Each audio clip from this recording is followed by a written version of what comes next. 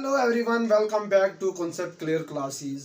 आज हम जो है वो stars and the solar system जो है क्लास 8 का जो है वो पढ़ने जा रहे हैं। एंड आई विल ट्राई कि इसको हम जो है वो वन शॉट में ही कंप्लीट करें। तो हमारे पास अगर stars and the solar system की बात की जाए तो इसके अंदर हम जो है वो सन के बारे में पढ़ेंगे, मून के बारे में पढ़ेंगे, अर्थ के बारे में पढ़ेंगे, प्लैनेट्स के बारे में पढ़ेंगे, स्टार्स के बारे में पढ़ेंगे। And then we have meteors आएंगे, देन कॉमेट्स आएंगे, उसके बाद asteroids, meteorites, all those things. इनको हम जो है वन बाय वन डिस्कस करेंगे। ये जितनी भी चीज़ें हैं सन से लेके यहाँ एस्टेरॉइड्स तक एंड मीटियोराइट्स आल्सो, इन सभी चीज़ों को हम कहते हैं हेवनली बॉडीज या फिर सिलिशियल बॉडीज। हेवनली बॉडीज या सिलिशियल बॉडीज वो वाली बॉडीज होती हैं जो कि स्पेस में पाई जाती हैं। All these are in space, so that is why these are all known as heavenly bodies या celestial bodies इनको हम कहते हैं। नेक्स्ट हमारे पास आ जाता है यूनिवर्स क्या होता है। तो हमारे पास वास्ट अनइमेजिनेबल स्पेस को हम जो है वो यूनिवर्स कहते हैं, हमारी सोच से भी ऊपर। वास्ट अनइमेजिनेबल स्पेस जो हमारी सोच से भी ऊपर है, हमारे पास हमारी सोच से भी परे, इस चीज़ को हम कहते हैं हमारे पास यूनिवर्स। नेक्स्ट हमारे पास आता है एस्ट्रोनॉमी, वो वाली ब्रांच साइंस की, the branch of science which deals with the study of universe, जो स्टडी ऑफ यूनिवर्स के बारे में हमारे पास बताती है ब्रांच ऑफ साइंस, उसको हम एस्ट्रोनॉमी कहते हैं। एंड वो वाले लोग जो लोग इस यूनिवर्स को स्टडी करते हैं, एस्ट्रोनॉमी जो लोग पढ़ते हैं, जो लोग इसकी स्टडी करवाते हैं, उनको हम कहते हैं एस्ट्रोनॉमर्स। एंड जो एस्ट्रोनॉमर्स होते हैं ये क्या करते हैं, हमारे पास different instruments and different methods का इस्तेमाल करके जो है वो for example a good telescope, एक अच्छे टेलीस्कोप का इस्तेमाल करके एस्ट्रोनॉमी को स्टडी करते हैं। And then next we have is sky. तो हमारे पास the empty space, the vast empty, एक खाली जगह को बहुत ज्यादा all over the universe you can find sky. The vast empty space को हम कहते हैं स्काई। तो अब हम वो स्टार्स के बारे में पढ़ने जा रहे हैं। एक क्लियर नाइट की अगर हम बात करें, अगर हम क्लियर नाइट की बात करें without any dust particles, without any clouds, तो हम अपनी नेक्ड आईज से लगभग 3000 स्टार्स हम एटलीस्ट वो देख सकते हैं with the help of our unaided और you can see naked eyes. And अगर हम गुड टेलीस्कोप का इस्तेमाल करें, एक अच्छे टेलीस्कोप का इस्तेमाल करें, तो we can see millions of stars in the sky. And mostly stars जो होते हैं ये येलो कलर के होते हैं, बट सम आर रेड और वाइट इन कलर। कुछ वाइट या रेड कलर के होते हैं, ज्यादातर स्टार्स वो येलो कलर के होते हैं। ये स्टार्स का एक और वो वेरी इंपॉर्टेंट फिनोमेना स्टार्स के अंदर they appear to twinkle in the sky. Stars वो स्काई में ट्विंकलिंग करते रहते हैं, ट्विंकल करते रहते हैं। एंड ये जो ट्विंकलिंग ऑफ स्टार्स है ये हमारे अर्थ के एटमॉस्फेयर होने की वजह से है। अगर हम एटमॉस्फेयर के अबव जाके देखें, एटमॉस्फेयर के ऊपर जाके देखें, तो स्पेसशिप की अगर बात कर ले सपोज, तो स्टार्स वहां पे हमें ट्विंकल करते हुए दिखाई नहीं देते, but yes they shine brightly in the spaceship if you talk of space. So हमारे पास नेक्स्ट एक इम्पॉर्टेंट हमारे पास आ जाता है, क्वेश्चन आ जाता है, ये जेके बोर्ड 8th क्लास के इस साल के एग्जाम में ये क्वेश्चन पूछा गया था कि कैसे स्टार्स वो एमिट करते हैं लाइट, यानी कि stars how stars emit light. तो इसका आंसर है स्टार्स जो होते हैं हमारे पास, स्टार्स जो होते हैं हमारे पास giant balls of hydrogen gas होते हैं, यानी कि हाइड्रोजन गैस से मिलके बने हुए होते हैं। Stars are the giant balls of hydrogen gas. और हमारे पास एंड अगर आपको मैं एक चीज बताऊं तो हमारे पास सन वो एक मीडियम साइज का स्टार रहता है। मीडियम साइज का स्टार हमारे पास सन रहता है। Okay, I think it is clear to you. हमारे पास सन वो मीडियम साइज का स्टार रहता है। और अगर हम सन के बात करें, यानी कि मीडियम साइज का स्टार है, तो इसके सेंटर में at the centre of this medium size star like that of sun, इसके सेंटर में हमारे पास at the centre of this हमारे पास एक हाइड्रोजन गैस का क्लाउड होता है। हमारे पास इस मीडियम साइज स्टार सन के एट द सेंटर में हाइड्रोजन गैस का क्लाउड बना हुआ तो और यहाँ पे टेम्परेचर वो हमारे पास लगभग 2 मिलियन से 5 मिलियन टेम्परेचर रहता है। और इस टेम्परेचर के ऊपर हमारे पास हाइड्रोजन गैस आपस में फ्यूज कर जाती हैं और हाइड्रोजन गैस के फ्यूज करने से आपस में, जब हाइड्रोजन गैस का क्लाउड आपस में फ्यूज कर जाता है तो हमारे पास वो एक और हैवियर गैस बनाता है जिसको हम कहते हैं हीलियम गैस। और इस प्रोसेस के दौरान जब हाइड्रोजन गैस आपस में फ्यूज कर जाती है at the centre of the cloud of the medium size star that is sun, तो हमारे पास ये बनाता है हीलियम गैस। और इस प्रोसेस के दौरान जो ह्यूज अमाउंट ऑफ लाइट और हीट एनर्जी जो है वो रिलीज होती है, huge amount of light and heat energy जो है वो रिलीज होती है। तो ये जो ह्यूज अमाउंट ऑफ लाइट और हीट एनर्जी जो रिलीज होती है, बेसिकली यही जो है हमारे पास हम कहते हैं कि स्टार्स की जो है वो लाइट होती है, यानी कि यही जो है इसी तरीके से स्टार्स जो है एमिट करते हैं लाइट। अब हम बात करने वाले हैं सन के बारे में। तो अगर हम सन की बात करें तो इसका जो हमारे पास सन को हम जो है वो मीडियम साइज स्टार कहते हैं।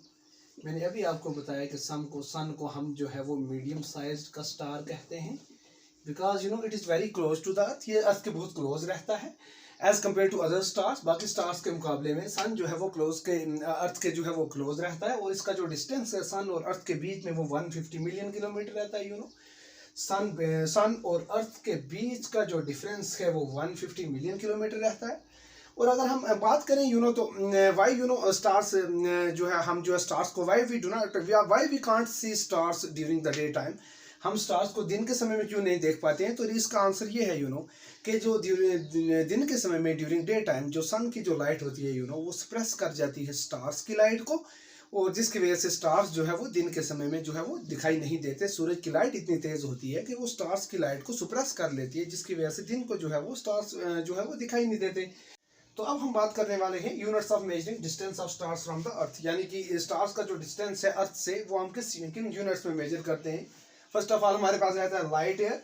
अगर लाइट ईयर की बात करें तो इसकी डेफिनेशन होती है the distance travelled by the light. कौन सी लाइट? स्टार्स की लाइट टू द अर्थ, यानी कि अर्थ तक जो लाइट डिस्टेंस ट्रेवल करती है 1 ईयर में, किसकी? स्टार्स की लाइट जो डिस्टेंस ट्रेवल करती है अर्थ तक 1 ईयर में, उसको हम कहते हैं लाइट ईयर। और इसकी वैल्यू रहती है 1 light year equal to 9.46 into 10⁻12 kilometre after calculation.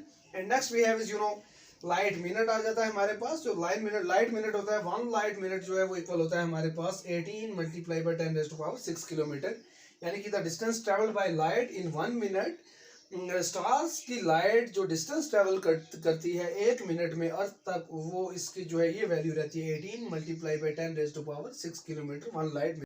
तो अब एक क्वेश्चन आता है why do stars appear to us like point objects, के स्टार्स जो हमें पॉइंट ऑब्जेक्ट्स की तरह क्यों नजर आते हैं? उसका आंसर ये रहता है कि जो स्टार्स होते हैं ये they are very far from the earth, ये बहुत ही दूर होते हैं अर्थ से, इस वजह से ये हमें पॉइंट ऑब्जेक्ट्स की तरह नजर आते हैं। But sun is also a star that is also known as medium size star, तो वो हमें बड़े साइज का लगता है बिकॉज सन इज जो है close to the earth, sun is close to the earth as compare to other stars. बाकी स्टार्स के मुकाबले में सन जो है वो क्लोज रहता है अर्थ के, इस वजह से वो थोड़ा बड़े साइज का लगता है। और बाकी रेस्ट ऑल जितने भी स्टार्स हैं वो अर्थ से बहुत दूर है, जिसकी वजह से we can say that that is why they are they look like they appear to us like point objects. Next आ जाता है हमारे पास कॉन्स्टेलेशंस, वेरी इंपॉर्टेंट टॉपिक। कुछ हमारे पास स्टार्स जो है वो ग्रुप की फॉर्म में रहते हैं, कुछ शेप्स जो है वो बनाते हैं, कुछ इंपॉर्टेंट शेप्स बनाते हैं, ग्रुप्स के फॉर्म में रहते हैं, उनको हम बोलते हैं कॉन्स्टेलेशंस। टोटल जो है इंडियन एस्ट्रोनॉमर्स ने टोटल जो है कॉन्स्टेलेशंस जो है वो 88 कॉन्स्टेलेशंस में जो है वो इसको डिवाइड किया हुआ है। टोटल हमारे पास 88 कॉन्स्टेलेशंस होते हैं। अगर इंडियन एस्ट्रोनॉमी की बात करें एंशिएंट इंडियन एस्ट्रोनॉमी की बात करें तो हमारे पास कॉन्स्टेलेशंस को नक्शात्राज भी कहा जाता था। इंडियन एस्ट्रोनॉमी में एंशिएंट टाइम में कॉन्स्टेलेशंस को नक्शात्राज भी कहा जाता था। अब हम जो है 1 बाय 1 कुछ इंपॉर्टेंट कॉन्स्टेलेशंस डिस्कस करेंगे हमारे पास 1 बाय 1। एक आता है उर्सा मेजर, फिर आता है उर्सा माइनर, और एक होता है ओरियन। तो इसको जो है मैं आपको उर्सा मेजर और उर्सा माइनर को जो है वो अभी आपको with the help of diagram समझाऊंगा। तो चलिए अब हम कुछ इंपॉर्टेंट कॉन्स्टेलेशंस पढ़ने जा रहे हैं। फर्स्ट ऑफ ऑल हमारे पास उर्सा मेजर आ जाता है, जिसको हम बिग डिपर भी कहते हैं, या फिर आप इसको सप्तऋषि भी कहते हो तो नेक्स्ट एक और आ जाता है हमारे पास एक और टाइप है हमारे पास इंपॉर्टेंट कॉन्स्टेलेशन की उर्सा माइनर को आप लघु सप्तऋषि भी कहते हो। एंड अगर हम उर्सा मेजर की बात करें तो हमारे पास it is a group of 7 stars. ये एक ग्रुप है 7 स्टार्स का, first, second, third, fourth, fifth, sixth, seventh, you can see over here. तो इन 2 स्टार्स को हम पॉइंटर स्टार्स कहते हैं, they are known as pointer stars. और अगर हम उर्सा मेजर की बात करें तो ये एक ओवर साइज्ड लैडल की तरह आपको नज़र आ रहा है, you can see over here. जैसे बड़ी वाली जो हमारे पास बड़ा चम्मच होता है जिससे आप दाल वगैरह निकालते हो, सो ओवर साइज्ड लैडल की तरह भी ये नज़र आ रहा है, you can see over here.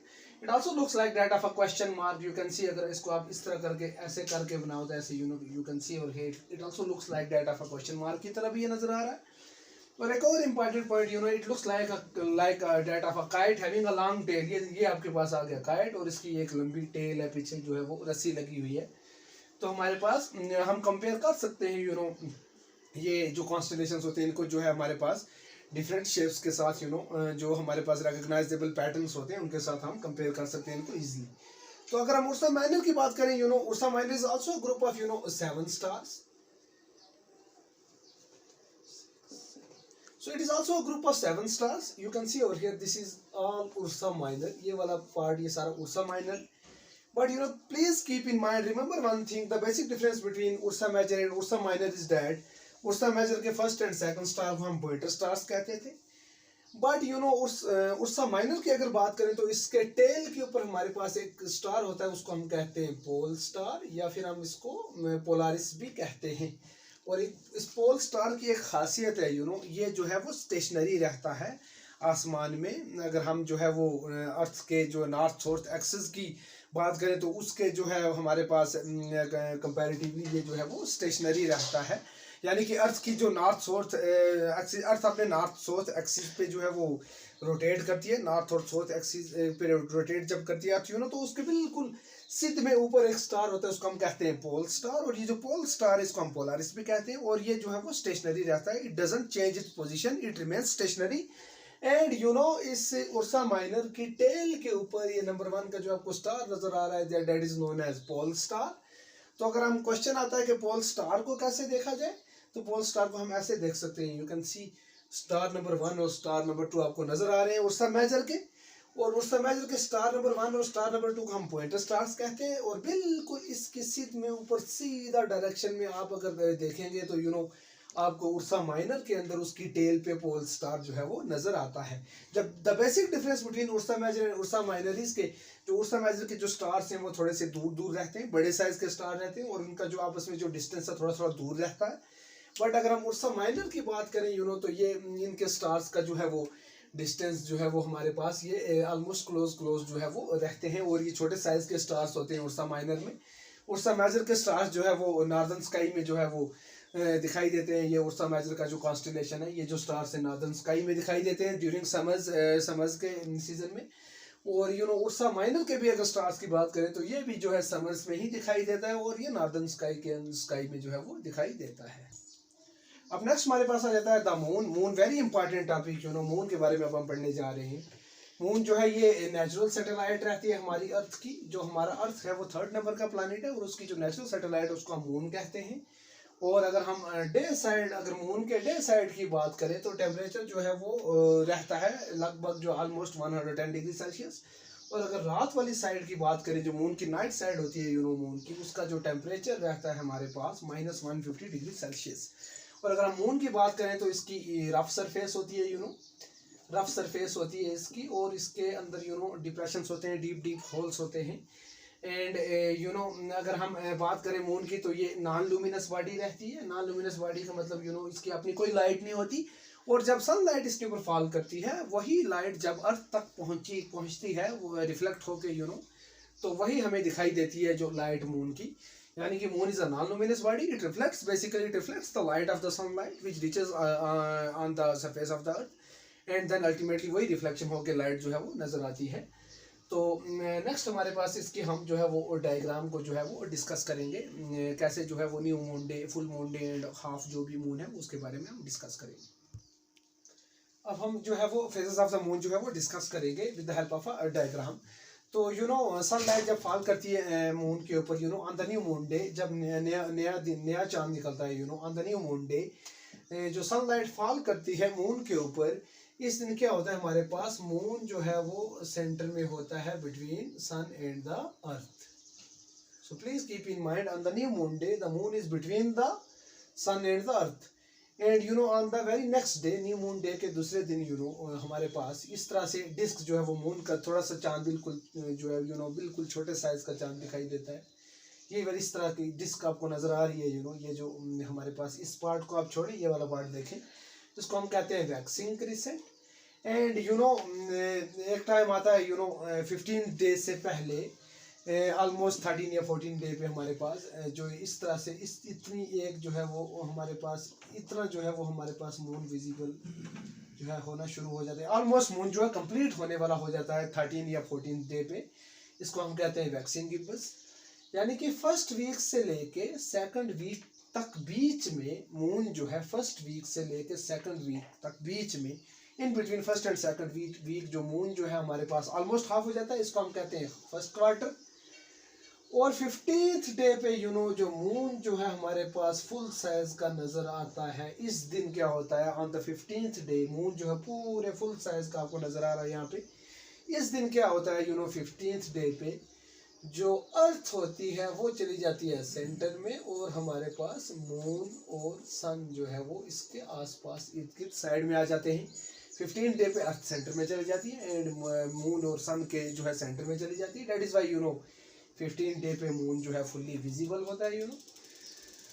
तो अगर हम बात करें नेक्स्ट, तो 15 डे के बाद दोबारा से साइज जो है आप देख सकते हैं मून का साइज जो डिक्रीज होना शुरू हो जाता है। यानी कि तीसरे और चौथे हफ्ते के बीच में, थर्ड एंड फोर्थ वीक के बीच में जो मून जो है दोबारा से जो यू नो हाफ हो जाता है, इसको हम कहते हैं last quarter. First and second week के बीच में मून हाफ हो गया था, फर्स्ट क्वार्टर कहते थे। थर्ड एंड फोर्थ वीक के बीच में दोबारा से मून हाफ हो गया, इसको हम कहते हैं last quarter. And you no बिल्कुल ऑलमोस्ट यू नो मून का जो साइज है वो बिल्कुल जो है वो कम हो जाता है, यू नो डिक्रीज हो जाता है साइज, ऑलमोस्ट यू कैन से यू नो 26 या 27 डेज पे। और दोबारा से अगेन यू नो जो है वो नया मून जो है नेक्स्ट महीने में दोबारा से नया मून जो है वो निकलता है। यानी कि जब 15 डे पे फुल मून होता है, उसके अगले 15th डे मुकम्मल होने के बाद दोबारा से साइज डिक्रीज हो जाता है, नया मून जो है, नया चांद जो है वो निकलता है। तो हमारे पास यहाँ पे साइज इंक्रीज हो रहा था मून का, इंक्रीज होते होते यहाँ पे फुल साइज हो गया मून का। इस चीज को हम कहते हैं waxing, please keep in mind. यहाँ पे साइज जो है मून का वापस से डिक्रीज होते होते बिल्कुल ऑलमोस्ट साइज वैनिश हो गया, जीरो हो गया, खत्म हो गया। इसको हम कहते हैं वैनिंग। यानी कि ये वैक्सिंग क्रिसेंट, ये वैक्सिंग गिब्बस, ये वैनिंग गिब्बस इसका उलट, और ये यहाँ पे वैक्सिंग क्रिसेंट था, यहाँ पे इसका उलट आ जाएगा वैनिंग क्रिसेंट। यानी कि waxing and waning of the moon, increase and decrease in size of the moon. जब यू नो जब मून रिवॉल्व कर रहा होता है अर्थ के अराउंड, कंप्लीट कर लेता है अपना एक रेवोल्यूशन, इंक्रीज और डिक्रीज होना मून के साइज का, इसको हम कहते हैं phases of the moon. So please keep in mind, earth के लिहाज से, ल्यूनार कैलेंडर के लिहाज से भी यू नो अगर हम देखें, ल्यूनार कैलेंडर के हिसाब से भी, एस्ट्रोलॉजर्स के हिसाब से भी, अर्थ अगर हम देखें अर्थ के लिहाज से मून जो है जब कंप्लीट करता है एक revolution around the earth, lunar calendar के हिसाब से ये मानना है कि हमारे पास ये लेता है 29 1/2 डेज। और उसके बाद ये माना जाता है कि मून जो है अपने एक्सिस पे ये कंप्लीट करता है एक रोटेशन, यू नो इसको माना जाता है 27 1/3 डेज। सो अर्थ के लिहाज से मून जो है वो कंप्लीट करता है एक रेवोल्यूशन, यानी कि न्यू मून से लेके फुल मून तक, एंड अल्टीमेटली दोबारा से यू नो वापस से साइज डिक्रीज होके न्यू मून तक। यानी कि एक कंप्लीट रेवोल्यूशन मून की अर्थ के लिहाज से ये कंप्लीट होती है 29 1/2 डेज में। और अगर हम अपने एक्सिस पे बात करें, तो जब मून अपने एक्सिस पे यू नो जब रोटेट कर रहा होता है अपने एक्सिस पे, तो ये माना जाता है कि ये कंप्लीट करता है अपना पूरा एक rotation 27 raised to power 1/3 days. So that is all about phases of the moon. अब हम जो है वो प्लैनेट्स के बारे में बात करने जा रहे हैं। प्लैनेट्स की भी अपनी कोई लाइट नहीं होती, और सूरज की लाइट को ये भी रिफ्लेक्ट करते हैं like that of the moon. और ये प्लैनेट्स जो है ये भी रिवॉल्व करते हैं अराउंड द सन। अगर हम प्लैनेट्स को क्रोनोलॉजिकल ऑर्डर में बात करें, तो हमारे पास आ जाते हैं इस तरह से Mercury, Venus, Earth, Mars, Jupiter, Saturn, Uranus, Neptune. अगर इसको हम निमोनिक्स से ट्रिक से याद करें, तो मरकरी को आप याद रख सकते हो माई, वीनस को आप वी से याद रखते हो वेरी, अर्थ को आप ई से याद रख सकते हो, इफेक्टिव या एफिशिएंट। मार्स को आप एम से जो है याद रख सकते हो, मदर। जुपिटर को आप जे से याद रखें, जस्ट। और सैटर्न को आप याद रखें हमारे पास एस से, सर्व्ड। यूरेनस को आप याद रखें हमारे पास ये यू है, या यू से अस। तो नेपच्यून को आप याद रख सकते हैं हमारे पास नूडल्स या फिर 9 पिज्जाज।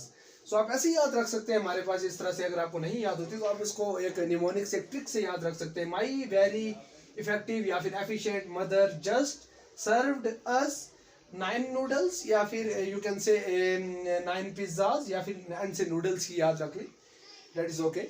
सो हमारे पास अगर हम प्लैनेट्स को वन बाय वन इसके बारे में थोड़ा थोड़ा डिस्कस करें, तो हमारे पास ब्रीफली अगर डिस्कस करें तो सबसे नंबर 1 का प्लैनेट आ जाता है हमारे पास मरकरी। नेक्स्ट वन हमारे पास आ जाता है वीनस। मरकरी जो हमारे पास प्लैनेट है, तो इसको हम सम टाइम कभी कभार इसको मॉर्निंग या इवनिंग स्टार से भी आप जो है वो जानते हैं, बिकॉज ये मॉर्निंग या इवनिंग में आपको जो है वो स्काई में दिखाई देते हैं, दैट इज वाई आप मॉर्निंग या इवनिंग स्टार के नाम से भी जान सकते हैं आप। By the way it is not a star, but you can call them as morning और इवनिंग स्टार। वीनस को भी आप मॉर्निंग या इवनिंग के नाम से, स्टार से जान सकते हैं। तो ये जो मरकुरी जो है हमारे पास, ये हमारे पास लगभग जो है वो 8 वीक्स तक हमारे पास ये वेस्टर्न जोन में आपको नज़र आता है, वेस्टर्न जोन में शाम के टाइम में। एंड देन अगले 8 हफ्ते तक ये हमारे पास ये नज़र आता है। नेक्स्ट 8 वीक्स में मरकुरी नज़र आता है हमारे पास ईस्टर्न स्काई में या ईस्टर्न जोन में नेक्स्ट 8 वीक्स तक, और ये मॉर्निंग के टाइम में सुबह को जो है वो नज़र आता है। और अगर हम बात करें हमारे पास वीनस की, तो ये 2nd नंबर का प्लैनेट आता है सन के बाद। हमारे पास 1st नंबर पे हमारे पास पहले नंबर पे Mercury, and then next one we have is Venus. Venus जो हमारे पास है, ये इसको इसको ब्राइटेस्ट प्लैनेट माना जाता है। वीनस को हमारे पास ब्राइटेस्ट प्लैनेट माना जाता है पूरे सोलर सिस्टम का। वो एक रीज़न ये है, मैं बताता हूँ। वीनस को इसलिए ब्राइटेस्ट प्लैनेट माना जाता है पूरे सोलर सिस्टम का, बिकॉज इस वीनस के अंदर एक थिक क्लाउड रहता है हमारे पास, इस तरह से थिक जो है हमारे पास एक गैस का जो है वो एटमॉस्फेरिक क्लाउड रहता है, कार्बन डाइऑक्साइड गैस का वाइट सा क्लाउड रहता है, इस तरह से फोगी सा। जब सन की लाइट इसके ऊपर फॉल करती है तो वो बहुत ज़्यादा उसको रिफ्लेक्ट करता है, इस वजह से इसको हम ब्राइटेस्ट प्लैनेट जो है वो सोलर सिस्टम का मानते हैं। एंड वीनस भी जो है हमारे पास, ये भी एज अ मॉर्निंग या इवनिंग स्टार जो है, वीनस भी हमारे पास मॉर्निंग या इवनिंग स्टार के तौर पे जो है वो दिखाई देता है, क्योंकि ये सुबह और शाम को दिखाई देता है। तो डेट इज़ वाई ये हमारे लिए कंपल्शन बन जाता है कि उसको हम स्टार कहते हैं, मॉर्निंग और इवनिंग स्टार। तो हमारे पास मॉर्निंग में ये 292 डेज तक जो हमें ये वेस्टर्न स्काई में नज़र आता है, और अगले 292 डेज में इवनिंग के टाइम में ये वीनस जो है इवनिंग के टाइम में 292 डेज तक वेस्टर्न जोन में नज़र आता है, और अगले 292 डेज तक ये जो है हमारे पास वीनस 2nd नंबर का प्लैनेट, ये हमारे पास ईस्टर्न जोन में नज़र आता है, और जो है वो सुबह को मॉर्निंग के टाइम में नज़र आएगा नेक्स्ट 292 डेज तक। तो इस तरह से हमारे पास देखा जाए तो वीनस का जो डे साइड का टेम्परेचर रहता है बहुत हाई रहता है, 150 डिग्री सेल्सियस रहता है, और रात का जो नाइट साइड का टेम्परेचर रहता है वो -170 डिग्री सेल्सियस रहता है, बहुत लो रहता है रात का टेम्परेचर। सो उसी तरह हमारे पास 3rd नंबर का प्लैनेट आ जाता है अर्थ, वेरी इंपॉर्टेंट। ये ब्लू कलर का जो है वह सच दिखाई देता है, अगर हम देखें इसको 3D में, तो अर्थ जो है हमारे पास जो है एक ऐसा वाइड प्लैनेट है जिसके ऊपर लाइफ पॉसिबल है, बिकॉज यहाँ पे एटमॉस्फेयर है, डिफरेंट गैसेस है हमारे पास, ऑक्सीजन, कार्बन डाइऑक्साइड, नाइट्रोजन, ये अच्छी कंसंट्रेशन में पाई जाती हैं, और यहाँ पे हमारे पास ऑक्सीजन है, वाटर बॉडीज है, टेम्परेचर जो है मेंटेन्ड है हमारे पास, एक सूटेबल टेम्परेचर है रहने के लिए। दैट इज वाई अर्थ जो है एक ऐसा लौता प्लैनेट है जहाँ पे लाइफ जो है वो पॉसिबल है इजीली। बाकी जितने भी ये प्लैनेट्स हैं इनमें लाइफ पॉसिबल इसलिए नहीं है क्योंकि ये आप मून ले लीजिए, आप बाकी ये जितने भी प्लैनेट्स ले लीजिए, इनके ऊपर लाइफ इसलिए पॉसिबल नहीं होती, या तो टेम्परेचर जो है वो इनका यहाँ पे मेंटेन्ड नहीं रहता है, और उसके बाद जो है एटमॉस्फेयर जो है वो नहीं है इन बाकी प्लैनेट्स के अंदर, मून के अंदर भी तो इस वजह से वाटर बॉडीज नहीं है हमारे पास, ऑक्सीजन नहीं है, एटमॉस्फेयर नहीं है, टेम्परेचर मेंटेन्ड नहीं है, जिसकी वजह से हम कहते हैं कि earth is the only planet where life is possible because of this criteria मैंने जो आपको बताए। नेक्स्ट हमारे पास आ जाता है हमारे पास मार्स आ जाता है, नेक्स्ट जुपिटर आ जाता है, सैटर्न आ जाता है, यूरेनस आ जाता है, नेपच्यून आ जाता है। Please keep in mind, remember one thing, Jupiter जो है हमारे पास नंबर 1 फर्स्ट हमारे पास हम कह सकते हैं कि largest planet of the solar system. Jupiter जो है हमारे पास largest planet of the solar system है। जुपिटर को सबसे बड़ा प्लैनेट जो है सोलर सिस्टम का माना जाता है। सैटर्न को हमारे पास सेकंड लार्जेस्ट माना जाता है प्लैनेट सोलर सिस्टम का।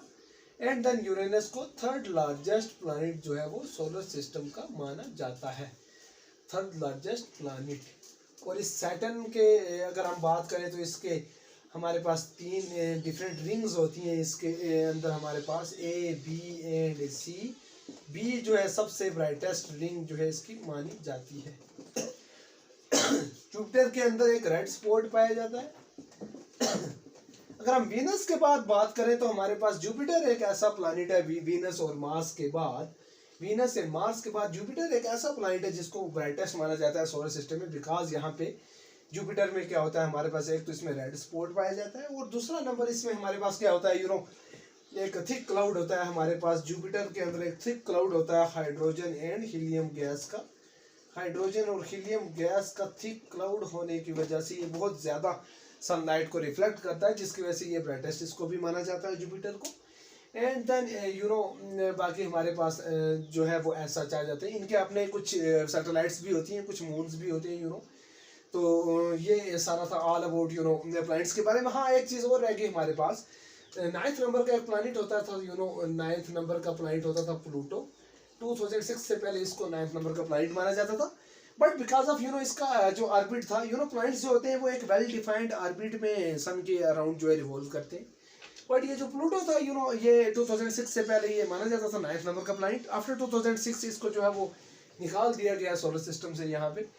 तो इसको जो है इस वजह से ओमिट किया गया, निकाल दिया गया, क्योंकि इसका जो एक तो ऑर्बिट था वो टिल्टेड जो था, ऑर्बिट जो है वो थोड़ा सा टिल्टेड था। और ये क्या करता था, प्लूटो का ऑर्बिट जो था वो ये इस तरह से वो नेपच्यून के ऑर्बिट के साथ आके इंटरसेक्ट करता था। टिल्टेड ऑर्बिट था, नेपच्यून के ऑर्बिट के साथ इंटरसेक्ट करता था, यानी कि ये मर्ज हो चुका था इसके अंदर। तो इस वजह से कहते हैं कि एक तो इसका वेल डिफाइंड ऑर्बिट नहीं था सन के अराउंड, और दूसरा ये नेपच्यून के ऑर्बिट को इस तरह से इंटरसेक्ट कर रहा था, जिसकी वजह से ये मर्ज हो गया। इस वजह से इसको ओमिट करना पड़ा। इंटरनेशनल एस्ट्रोनॉमिकल यूनिट्स ने, IAU ने इसको, इंटरनेशनल एस्ट्रोनॉमिकल यूनिट्स ने इसको, प्लूटो को, 9th नंबर के प्लैनेट को जो है वो ओमिट कर दिया है, निकाल दिया है इसको। बिकॉज ये इसकी लाइन इंटरसेक्ट करती थी नेपच्यून को। So that is all about planets and ये स्टार्स के बारे में, प्लैनेट्स, मून के बारे में और सन के बारे में ये मैंने आपको समझाया। तो अगर ये मेरी वीडियो आपको जो है ये पसंद आई हो तो मेरी इस वीडियो को आप लाइक करें। मेरे इस चैनल को जिन स्टूडेंट्स ने अभी तक सब्सक्राइब नहीं किया, मेरे इस चैनल को सब्सक्राइब करें और अपने दोस्तों के साथ ज़रूर शेयर करें। और बेल आइकन का बटन जो है वो आप ज़रूर क्लिक करें, ताकि आपको फर्दर जो है वो डिफरेंट टॉपिक्स के ऊपर कंटिन्यूसली जो है वीडियो देखने को जो है वो मिलती रहे। तब तक के लिए, नेक्स्ट टॉपिक तक के लिए thank you, bye bye, take care.